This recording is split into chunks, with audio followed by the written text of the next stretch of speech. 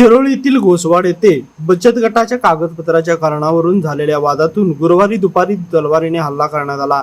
या घटनेत आई व मुलगा गंभीर जखमी झाले असून या प्रकरणी दोघांविरोधात कुरुंदवाड पोलिसात गुन्हा दाखल करण्यात आला आहे।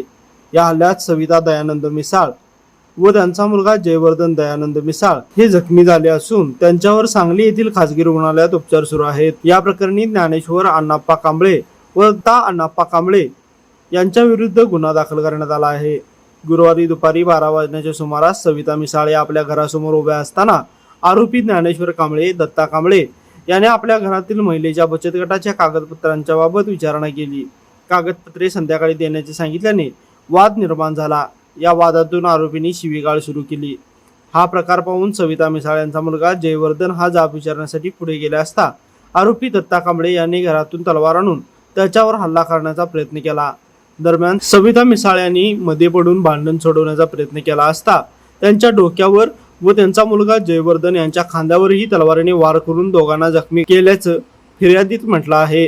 लाईव्ह मराठीसाठी कुरुंदवाडहून कुलदीप कुंभार। आविष्कार इन्फ्रा तुम्हाला देत आहे विविध लोकेशन्सवर एनए प्लॉट्स आणि प्राइम फ्लॅट्सचे प्रोजेक्ट्स। नंदिनी जाधव नगर, शांत निवांत कोल्हापुरात घर म्हणजेच नंदिनी जाधव नगर। मल्हार रामगिरी, तुमच्या स्वप्नातील बंगल्याची पहिली पायरी। मल्हार रामगिरी हातकणंगले। पॅनोरमा हिल्स आंबा, सह्याद्रीच्या कुशीत निसर्गाच्या सानिध्यात तुमचं स्वतःचं फार्म हाऊस। पद्मविरा सिटी जयसिंगपूर, एक आधुनिक लाईफस्टाईल देणारा 1 and 2 BHK होम्सचा प्रोजेक्ट।